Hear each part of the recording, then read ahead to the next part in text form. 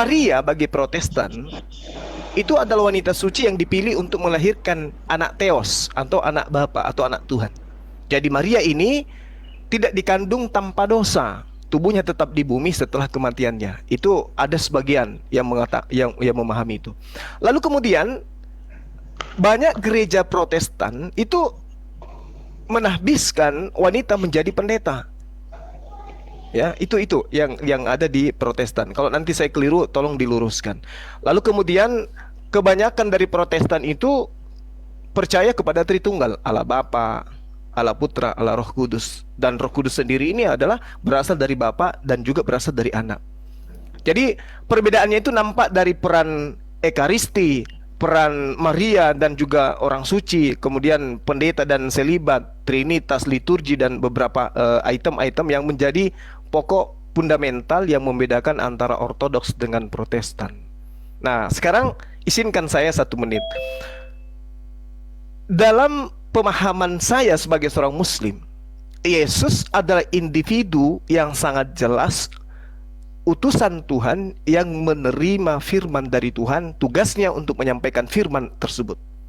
Nah, sedangkan Ortodoks dan juga Protestan, mereka tidak memiliki legalitas dari Yesus. Layaknya Musa memberikan legalitas kepada orang-orang Yahudi kemudian untuk mengajarkan Torah, mengamalkan Torah. Sementara Yesus tidak pernah memberikan legalitas kepada Protestan, kepada Ortodoks, kepada Kristen untuk kemudian melaksanakan apa yang ada termaktub di dalam Perjanjian Baru, kitab-kitab kanonik. Artinya bahwasanya Ortodoks maupun Protestan sama-sama tidak memiliki legalitas dari Yesus sebagai pelanjut atau sebagai pengikut. Saya kira itu poinnya dari saya. Terima kasih. Silakan. Silakan. Siapa yang mau menanggapi? Silakan. Ya, kalau boleh saya nyampain sih sebenarnya gini. Kita berpatok pada janji di kitab Yeremia 31. Yeremia 31 pasal 31. Sesungguhnya aku datang waktunya, demikian firman Tuhan, aku akan mengadakan perjanjian baru dengan kaum Israel dan kaum Yehuda. Jadi ada perjanjian yang diperbarui pada waktunya. Nah, kalau Tuhan Yesus turun ke dunia, dia memang untuk menggenapin perjanjian, ya, karena Allah udah berjanji ke Abraham, ya kan. Tapi bangsa Israel kan tegar tengkuk, ya kan. Kemudian juga Tuhan Yesus pernah mengatakan seperti ini, belum waktunya aku mengajar ke bangsa yang lain, ya kan. Makanya waktu dia bangkit, dia memerintahkan murid-muridnya untuk jangan pergi dulu berkumpul. Karena apa? Karena akan turun hari Pentakosta. Artinya apa? Hari pendabisan bagi mereka, ya, akan dibekalin dengan roh penghibur atau Roh Kudus. Untuk apa roh penghibur itu? Untuk memberi kekuatan agar dia, ya kan, penuh sukacita. Waalaikumsalam Bang Hamid. Silakan Bang Hamid kalau mau naik. Lanjut. Ya. Jadi dari dasar itulah maka baru diperintahkan, ya kan, jadikanlah seluruh bangsa itu muridku, ya. Dan dalam pengabaran itu pun terjadi pertentangan, ya, karena murid-murid Tuhan Yesus, ya, kebanyakan juga orang Yahudi, ya.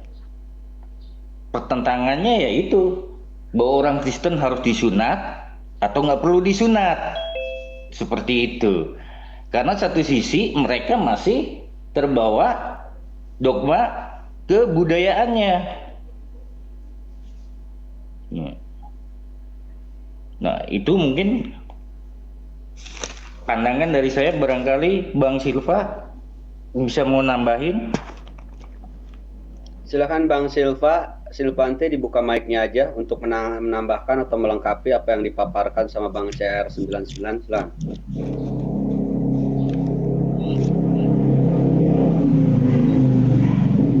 Bang Silvante, silakan. Ya, suara saya kedengaran? Halo. Ya, suaranya kedengaran ya? Ya, udah, aman. Lanjut. Ya, jadi saya hanya mempertegas bahwa tadi di akan Bang Suma bahwa tidak mendapat mandat dari Yesus seperti Musa. Mungkin kalau kita baca dalam Perjanjian Baru sering disebutkan bahwa amanat agung yaitu yang kami tahu bahwa perintah Tuhan untuk menjadikan seluruh bangsa muridnya.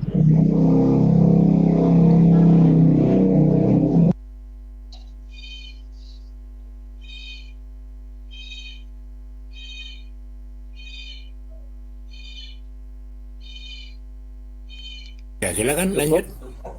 Atau gimana Bang Silvante? Sebelum nanti ditanggapi lagi sama Bang Juma. Ya, Sudah cukup Bang itu Silvante? cukup ya. Oke, baik. Terima kasih Bang Silvante. Silakan Bang Juma dibuka mic-nya, tafadhol. Maaf, sebelum Bang Juma saya sedikit komentar sedikit boleh ya, host ya? Oke, silakan. Ya.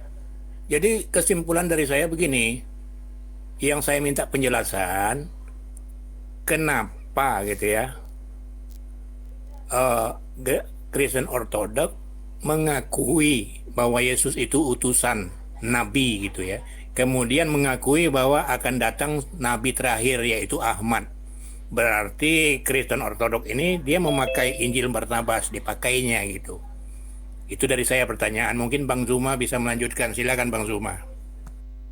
Baik, terima kasih Bang Silvante. Bang Juma, silakan buka mic-nya, tafadhol. Iya, baik. Jadi gini, sekali lagi saya katakan kalau terkait dengan Islam itu legalitasnya itu jelas. Bahwasanya baginda Rasulullah Muhammad SAW itu sudah dinyatakan di dalam Al-Quran bahwa akan datang ya Nabi sebagai penutup para rasul gitu. Itu diterangkan di dalam Al-Quran surah Ali Imran ayat 51. Itu jelas tuh. Jadi preeksistensi para nabi, kemudian Allah mengatakan kepada seluruh nabi-nabi nih, di preeksistensi nih, ya, sebelum kemudian mereka dicipta di atas muka bumi. Allah menerangkan, A'udzubillahi minasyaitonirrajim, bismillahirrahmanirrahim. Wa iz ahazallahu mitsaqan nabiyyin lama ataitukum min kitabi wa hikmah summa ja'akum rasul musaddiqan lima ma'akum la tu'minun nabihi wa la tansurunna. Jadi di ayat ini dikatakan Allah mengambil perjanjian dari para nabi. Wa iz ahazallahu mitsaqan nabiyyin. Jadi seluruh nabi diambil perjanjiannya pada itu. Manakala aku memberikan kitab dan hikmah kepadamu, lalu datang kepada kamu seorang rasul yang membenarkan apa yang ada pada kamu, niscaya kamu akan sungguh beriman kepadanya dan menolongnya. Allah berfirman, apakah kalian setuju? Apakah kalian menerima perjanjian denganku ini? Atas yang demikian itu, mereka para nabi kemudian menjawab, kami setuju. Allah berfirman, kalau begitu bersaksilah kamu, para nabi, dan aku menjadi saksi bersama kamu. Maksud daripada ayat ini, wa ana ma'akum minasyahidin, antara nabi dan Allah itu mempersaksikan bahwa nanti akan datang sosok rasul sebagai khataman nabiyyin. Nah, lalu apa hubungannya dengan sahabat-sahabat Kristen? Apa hubungannya dengan sahabat-sahabat kita yang ada di sini? Hubungannya adalah bahwasanya agama terdahulu, agama Kristen ini adalah agama ajaran yang dientaskan dari ahli kitab. Jadi umat Islam juga harus mengakui bahwa Kristen ini awal mulanya berasal dari ahli kitab.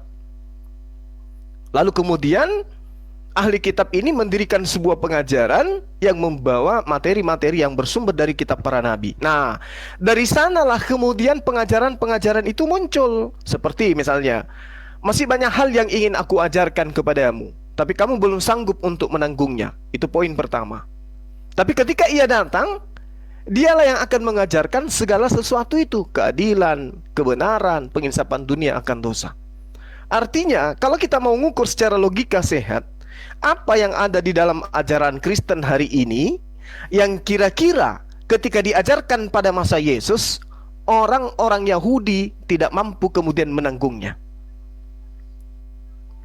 Kira-kira apa? Ajaran kasih, ibadah sekali seminggu, atau tidak disunat, atau menyembah kepada Yesus, atau apa gitu. Saya rasa tidak ada yang berat di Kristen ini. Nah, sedangkan Yesus masih banyak, tapi kamu belum sanggup untuk menanggungnya. Sedangkan kalau dikatakan Kristen adalah ajaran kasih itu sudah diajarkan oleh Allah jauh sebelum Kristen itu ada. Contoh misalnya di dalam 1 Raja-Raja, ya, ini saya bukan mau berceramah ya teman-teman, tapi tolong diluruskan. 1 Raja-Raja 2 nomor 3. Lakukanlah kewajibanmu dengan setia terhadap Tuhan. Ya, dengan hidup menuruti jalan yang ditunjukkannya, dengan tetap mengikuti segala ketetapan, perintah, ketentuan, hukum-hukum seperti yang tertulis dalam kitab Musa, supaya engkau beruntung dalam segala kelakuanmu. Ini ajaran kasih. Di dalam Ulangan 11 nomor 1 juga ajaran kasihnya sangat jelas. Jika kamu kasih kepada Tuhanmu, taatilah kepada perintahnya. Jadi ajaran kasihnya itu jelas. Artinya bahwa ajaran semua ajaran Kristen hari ini ketika dinisbahkan kepada masa Yesus, ajaran itu bukan ajaran berat, bukan ajaran yang belum bisa ditanggung. Nah, bagaimana dengan Islam? Ketika Islam datang hari ini, kemudian ajaran Islam itu didudukkan perkaranya kepada ajaran Yesus pada masa itu, maka jelas ajaran Islam itu tidak sanggup untuk diterima oleh bangsa pada masa Yesus. Yesus mengatakan, masih banyak yang ingin aku ajarkan kepadamu, tapi kamu belum sanggup untuk menanggungnya. Tetapi apabila ia datang, yaitu roh penolong lain, dialah yang akan mengajarkan kamu, membimbing kamu ke dalam semua kebenaran, keadilan, pengisapan dunia akan dosa. Bisa kita bayangkan, kalau pada masa Yesus, Yesus sudah mewajibkan haji. Bisa kita bayangkan, kalau pada masa Yesus sudah mewajibkan sholat 5 kali sehari. Ya, wajib hukumnya, segala aspek yang ada di dalam syariat Islam. Atau boleh kita bayangkan kalau pada masa Yesus mengajarkan Bani Israel untuk sujud ruku menghadap ke Mekah. Bisa kita bayangkan, apakah mereka bisa menerima? Tentu tidak. Untuk itulah kemudian ketika Yesus mengatakan akan datang sosok penghibur, penolong lain, maka yang saya katakan di sini itu adalah ajaran agama Islam. Nah, sekarang teman-teman silakan Anda meluruskan pemahaman saya ini. Kenapa? Itu lagi tadi yang saya katakan, Kristen dan juga dalam hal ini Ortodoks dan Protestan tidak memiliki legitimasi dari Yesus terkait dengan apa yang diimani hari ini. Sedangkan Yesus sendiri mengatakan, Shalom alaihim, damai sejahtera untuk kalian. Aku tinggalkan shalom untuk kalian. Nah, sementara shalom ini adalah Islam, damai sejahtera. Berarti yang ditinggalkan oleh Yesus itu adalah kedamaian. Bagaimana caranya bisa damai? Dengan adanya aturan-aturan main yang harus diberlakukan dalam kehidupan kita, dalam hubungan kita kepada Tuhan dan hubungan kita kepada sesama manusia. Artinya bahwa setelahnya akan ada konsep pengajaran yang membimbing manusia kepada jalan kebenaran. Akulah jalan, akulah kebenaran, akulah hidup. Tidak ada yang sampai kepada Bapa tanpa melalui aku. Itu pernyataan Yesus. Artinya kita harus kembali kepada pokok utama di dalam surah Ali Imran ayat 81 tadi. Bagaimana sosok Nabi semuanya mengajarkan menyembah kepada esensi yang tak terlihat, bukan yang kemudian diajarkan oleh orang dari barat. Ada Tuhan yang datang kemudian dalam rupa manusia. Saya kira itu sederhananya teman-teman. Dan saya paham keberadaan saya di sini pasti menyelisih teman-teman. Ini dialog agama, bukan saling hujat. Silakan Anda luruskan, karena saya paham Anda semua menganggap apa yang saya sampaikan ini itu adalah sesuatu yang bengkok. Silakan. Baik, terima kasih Bang Juma. Silakan Bang CR99, apa yang tadi dipaparkan Bang Juma, barangkali ada tanggapan, sanggahan ataupun ada pandangan yang lain, silakan disampaikan. Terima kasih. Iya, makasih Bang Juma.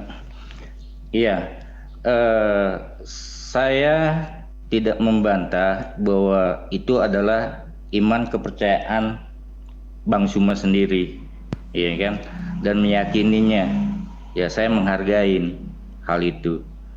Saya hanya mengatakan bahwa di kepercayaan saya, ya, di ajaran saya, bahwa tidak ada nabi lagi sesudah Yesus turun. Seperti itu. Dari mana dasar pemikiran itu? Seperti yang barusan saya bacakan di Yeremia 31 pasal 31 bahwa Tuhan telah mengadakan perjanjian baru dengan kaum Israel dan kaum Yehuda. Kemudian di ayat 32, bukan seperti perjanjian yang telah kuadakan dengan nenek moyang mereka pada waktu aku memegang tangannya mereka membawa mereka keluar dari tanah Mesir. Perjanjianku telah mereka ingkari, meskipun aku menjadi Tuhan yang berkuasa atas mereka. Demikian firman Tuhan. Terus disambung, diingatkan lagi. Tetapi beginilah perjanjian yang kuadakan dengan kaum Israel sesudah waktunya itu. Demikianlah firman Tuhan, aku akan menaruh Tauratku ke dalam batin mereka dan menuliskan di dalam hati mereka, maka aku akan menjadikan Allah mereka dan mereka akan menjadi umatku. Dan tidak usah lagi orang mengajarin sesamanya atau mengajarin saudara-saudaranya dengan mengatakan, kenalilah Tuhan, sebab mereka semua besar kecil akan mengenal aku. Demikian firman Tuhan. Sebab aku akan mengampuni kesalahan mereka dan tidak lagi mengingat dosa-dosa mereka. Jadi kepercayaan orang Kristen yakin bahwa setelah ditebus di kayu salib, Tuhan sudah menaruh untuk orang-orang yang percaya di dalam hatinya. Dan Tuhan akan hadir, ya, berdiam dalam diri kita, dalam roh kita, kalau kita percaya. Makanya orang Kristen kalau berdoa, ya, di mana kita berkumpul 3 atau 2 orang lebih, ya kan, maka Tuhan akan hadir di tengah-tengah kita. Dan doa yang sungguh-sungguh, ya, besar kuasanya bagi orang yang percaya. Itu pemahaman orang Kristen, ya, itu ajaran kami. Silakan Baik, Bang. sudah cukup Bang Silva, barangkali mau nambahin. CR99 sudah cukup. Baik Bang Silvanti, silakan dibuka mic-nya untuk juga sama menanggapi ataupun melengkapi paparan dari Bang CR99 terkait tadi apa yang disampaikan dengan Bang Juma. Silakan dibuka mic-nya. Terima kasih. Iya, terima kasih. Mungkin saya menambahkan sedikit. Jadi apa yang dipaparkan Bang Suma tadi, ya itu mungkin Bang Suma mengkaitkan Alkitab dengan Al-Quran. Jadi itu sah-sah saja karena pemahaman Bang Suma sendiri. Tapi kami di Kristen tidak pernah, untuk saya tidak pernah memahami Alkitab lalu mentafsirkannya atau mengkaitkannya dengan Al-Quran. Jadi pasti akan berbeda kalau kita mau bahas lebih lanjut. Jadi saya hanya bisa mengatakan bahwa itu sah-sah kalau memang itu menurut Pak Juma. Terima kasih, mungkin itu saja. Baik, terima kasih. Sebelumnya saya sapa dulu Bang Handi. Assalamualaikum, selamat bergabung Bang Handi. Waalaikumsalam warahmatullahi wabarakatuh. Lanjut aja dulu. Selamat siang Bang. Salam NKRI. Baik, baik. Bang Juma, silakan ditanggapi lagi. Sebenarnya mungkin lebih coba masuk ke dalamnya.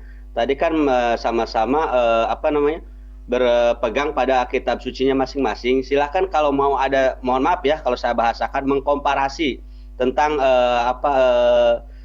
keotentikan atau dalil-dalil dari masing-masing kitab suci terkait dengan tadi pernyataan masing-masing di awal itu dari kedua belah pihak, sehingga kita nanti akan melihat di mana perbedaannya, mana yang punya bukan punya ya, mana yang lebih bisa diterima, mungkin seperti itu. Silakan Bang Juma, tafadhol. Iya, baik. Jadi gini teman-teman, kapasitas saya itu bukan untuk kemudian menghakimi ya, tapi ini berbicara mengenai iman saya. Iman saya yang saya pegang, yang karena kita dialog, sah-sah saja kemudian teman-teman Kristen itu mengetahui iman dari Bang Suma, kan gitu ya. Al-Quran mengatakan begini dalam surah Al-Ma'idah ayat 116. Bismillahirrahmanirrahim. Wa iz qala Allahu ya Isa ibn Maryam a anta qulta lin-nas takhizuni wa ummi ilahaini min dunillah.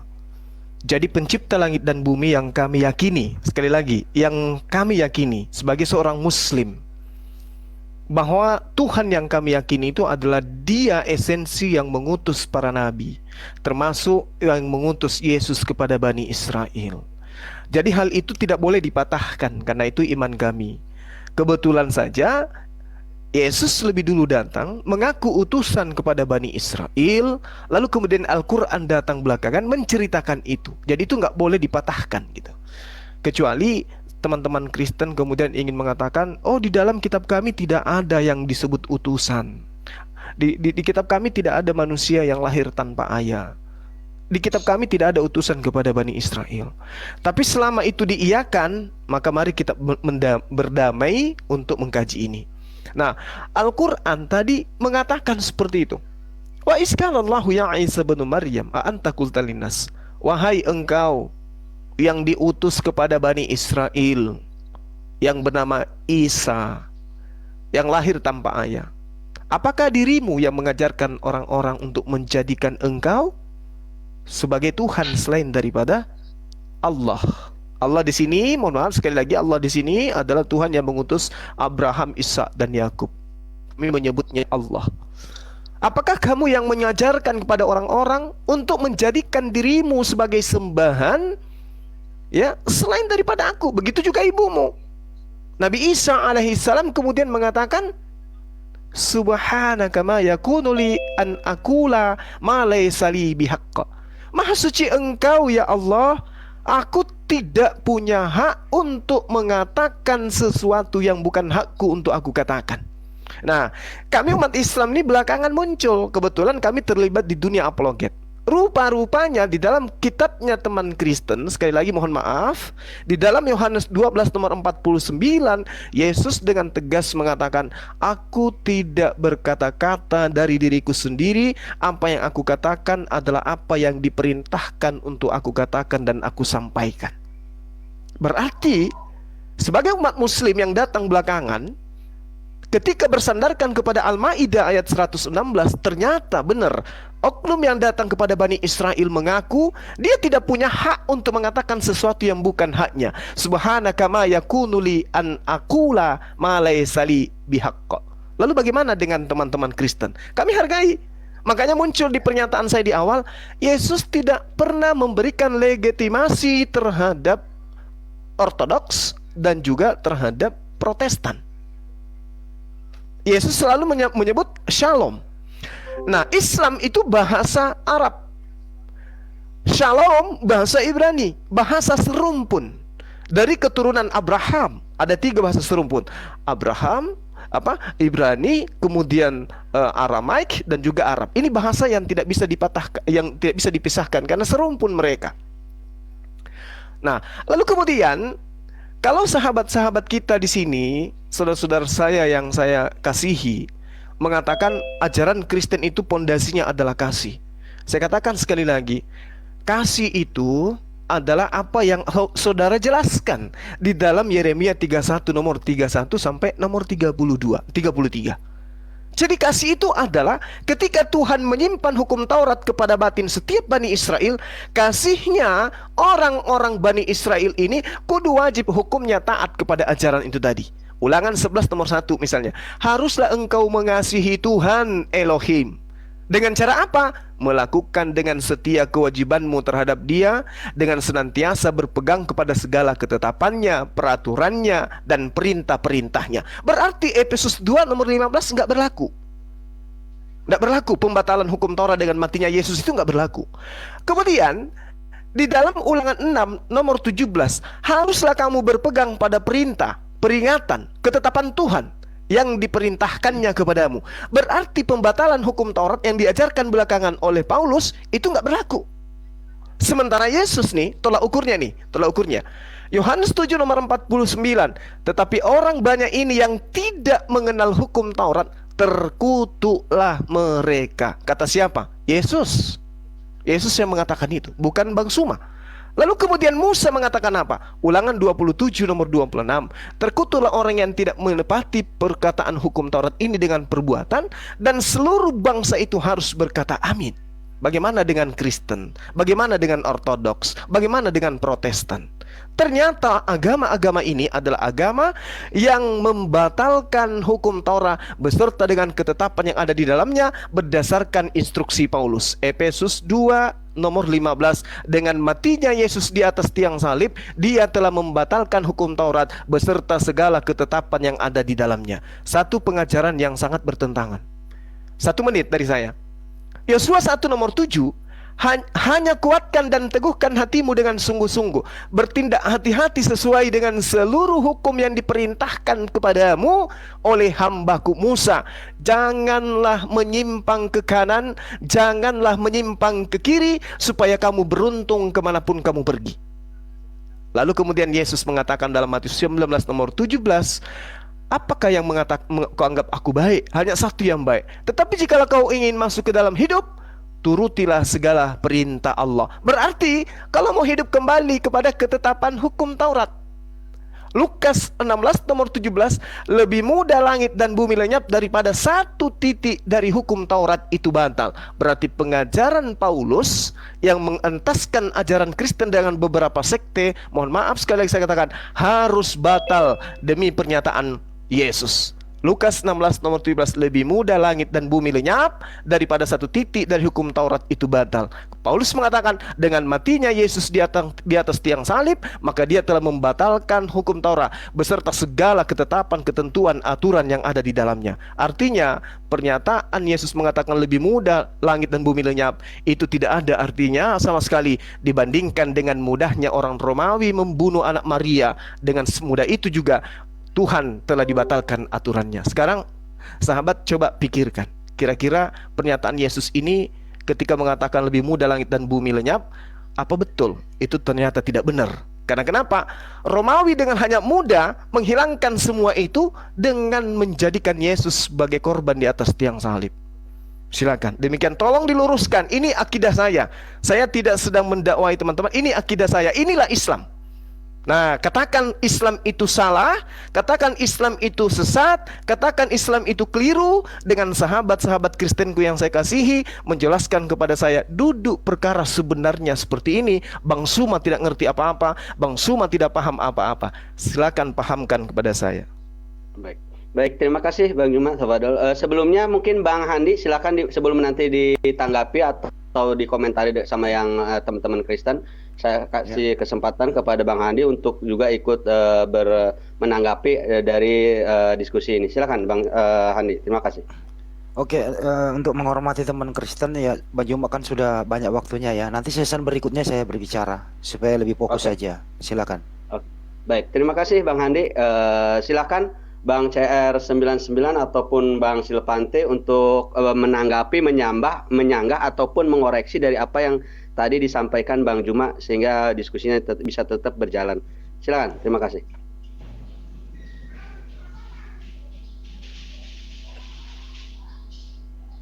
Bang Silpa dulu atau boleh saya?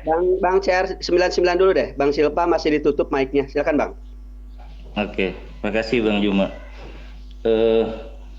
Kita diajarkan kalau kita tidak mau dihakimi, jangan menghakimin saudaramu, ya kan? Saya tetap menghargai keyakinan dan iman Bang Suma, karena kita juga bersaudara dalam satu NKRI, ya. Tuhan Yesus tidak menghilangkan hukum Taurat, tapi Dia menggenapi, ya kan? Makanya seperti yang tadi saya katakan, bahwa perjanjian baru yang akan diberikan oleh Allah di pasal ini, aku akan menaruh Tauratku di setiap batin mereka, seperti itu. Itu yang saya ingatkan kembali. Kemudian apa sih yang diajarkan Tuhan Yesus? Karena yang bisa menjalankan hukum Taurat tanpa bercela cuma Tuhan Yesus sendiri. Ya, hukum Taurat ini ya mengandung aturan-aturan ya yang menyebabkan orang menjadi terhukum. Makanya ada tradisi mereka untuk penebusan dosa penyembahan yang harus melalui iman besar mereka. Seperti itu. Ya. Apa sih hukum yang digenapin itu? Adalah dua hukum yang disampaikan dalam Matius 22.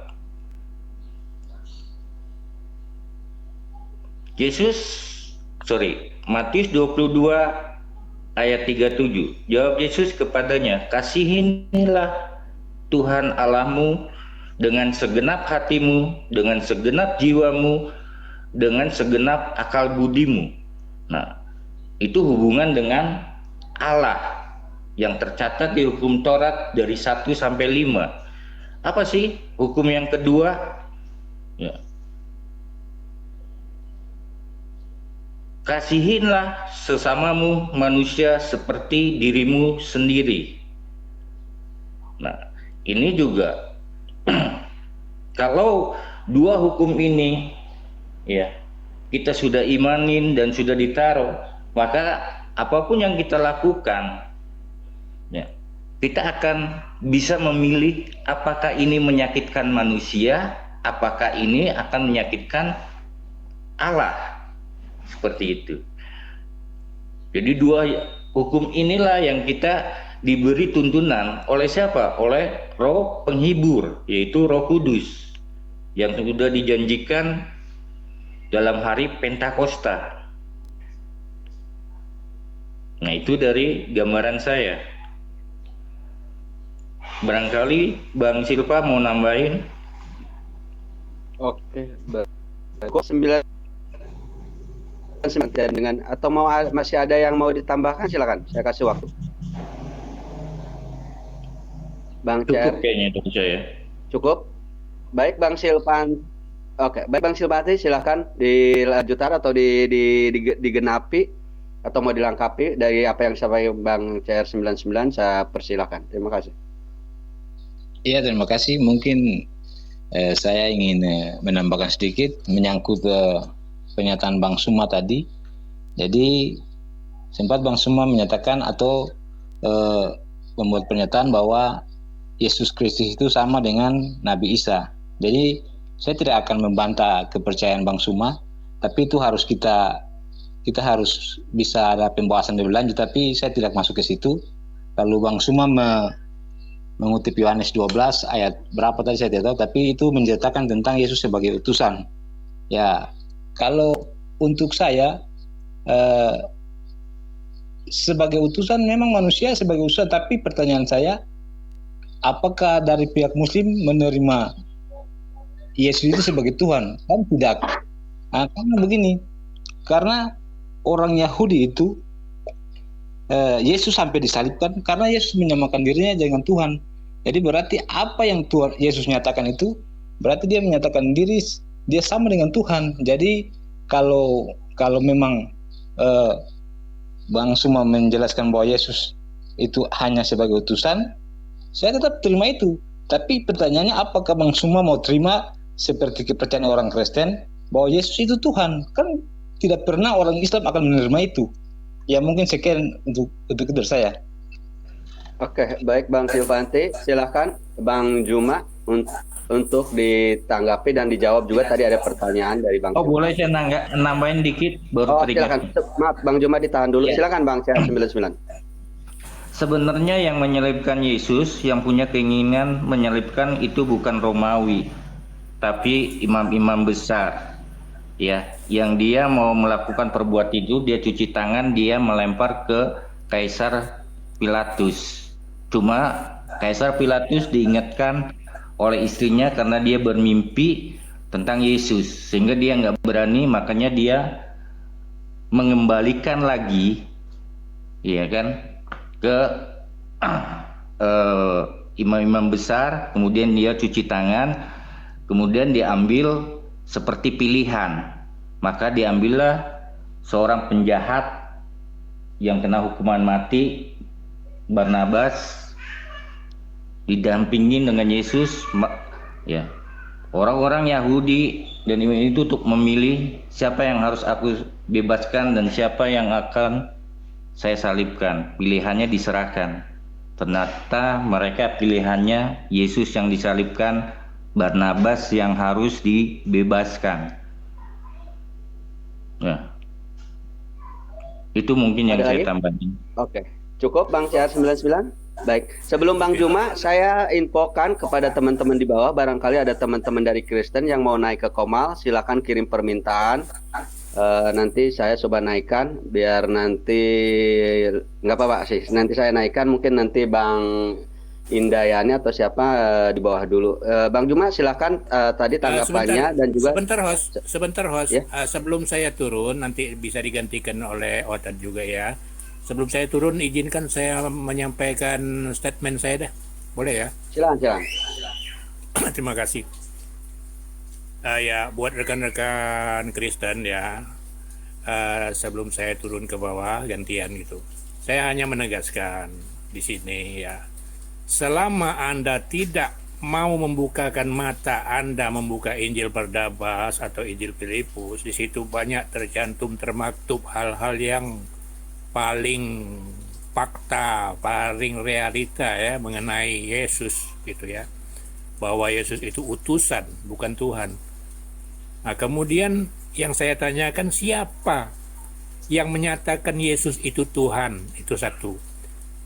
Kemudian selama Anda umat Kristen tidak pernah mau mengakui adanya nabi terakhir yang turun ke bumi, yaitu Muhammad Rasulullah SAW, selama itu pula pintu hidayah Anda akan tertutup, tidak akan pernah terbuka.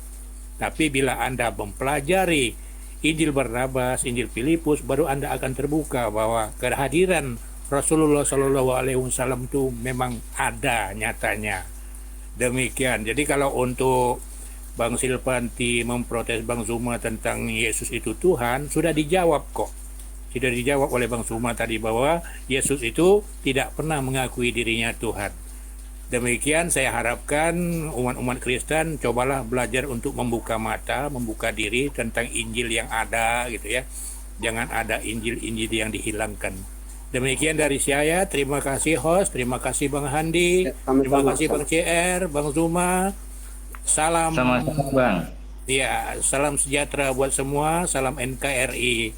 Wassalamualaikum warahmatullahi wabarakatuh. Waalaikumsalam warahmatullahi wabarakatuh. Wabarakatuh. Baik, terima kasih Bang Indayani. Closing Saya boleh statement-nya tanggapin sebentar? Sebentar. Saya biar Bang Indayani mau turun dulu, katanya. Saya ucapkan terima kasih sudah bergabung. Dan terima kasih tadi closing statement-nya. Silakan Bang CR 99 kalau mau menanggapi. Iya. Ya, saya hargain Bang Indra ya tadi ya. Iya. Dan ini karena memang di ayat kita pun diingatkan dalam 1 Galatia pasal 6. Aku heran bahwa kamu begitu lekas berbalik daripada Dia yang oleh kasih karunia Kristus telah memanggil kamu dan mengikuti suatu Injil lain yang sebenarnya bukan Injil. Hanya ada orang yang mengacaukan kamu dan yang bermaksud untuk memutarbalikkan Injil Kristus. Tetapi sekalipun kami atau seorang malaikat dari surga yang memberitakan kepada kamu suatu Injil yang berbeda dengan Injil yang telah kami berikan kepadamu, terkutuklah dia. Nah, seperti yang telah kami katakan dahulu, sekarang kukatakan sekali lagi, jikalau ada orang yang memberitakan kepadamu suatu Injil yang berbeda dengan apa yang telah kamu terima, terkutuklah dia. Nah, itu kita diingatkan dalam kitab kita seperti itu. Itu aja, saya hanya menambahin itu aja. Baik. Terima kasih Bang CR99 tanggapannya. Bang Juma silahkan ditanggapi dan juga dijawab tadi dari pertanyaan yang tentang apakah umat Islam juga meyakini bahwa itu sebagai Tuhan tidak Silvanti kalau nggak salah. Silakan dibuka mic-nya, tafadhol Bang Juma. Sebelum nanti ke Bang Andi ya, silakan. Iya, baik. Jadi sekali lagi teman-teman, ini iman saya. Iman saya itu Islam, dan kemudian saya adalah apologet. Artinya ada ruang dalam kehidupan saya itu untuk belajar Bible yang Anda imani sebagai firman Tuhan. Jadi gini, saya ngambil dari belakang ya sampai ke depan supaya saya ingat terkait dengan Injil. Kalau kita melihat di dalam Yohanes 1, Yesus memanggil seorang murid. Bernama apa? Bernama siapa? Filipus. Filipus, ikutlah denganku. Itu perkataan Yesus di dalam kitab yang Anda imani, sahabat imani, dan saya pelajari. Filipus, ikutlah denganku. Saya belum pernah menemukan di dalam kitab saudara Lukas, ikutlah denganku. Paulus, ikutlah denganku. Tetapi seketika kemudian Paulus mengatakan, ya, Injil selain daripada Injil yang aku beritakan itu adalah sesat, kata beliau. Sementara kalau kita melihat yang tadi Yohanes 1, Filipus ini adalah murid yang dipanggil, disebut langsung namanya oleh Yesus. Nah, di dalam Kisah Para Rasul 8 oleh Lukas, beliau menceritakan kalau Filipus ini memberitakan Injil Yesus. Injil Yesus yang diberitakan oleh Filipus. Lalu apa hubungannya Bang Suma? Pengakuan Yesus di dalam kitab saudara, banyak data yang mengatakan bahwasanya dia menerima firman dari Tuhannya. Dia menyampaikan firman dari Tuhannya. Dan sebelum terangkat ke langit, firman-firman itu telah Yesus sampaikan kepada murid-muridnya. Kita bisa lihat di dalam Yohanes 14 nomor 24 atau 17 nomor 8. Semua pernyataan-pernyataan tentang firman Tuhan Yesus sudah utarakan kepada murid-muridnya sebelum terangkat ke langit. Jadi Injil yang dimaksud di sini adalah Injil yang berasal dari Yesus, yang diimani oleh orang Yahudi. Lalu kemudian dikatakan Injil Injil Paulus jauh lebih sah daripada yang diajarkan oleh Filipus. Yesus mengatakan gini, Bung. Di dalam Yohanes 14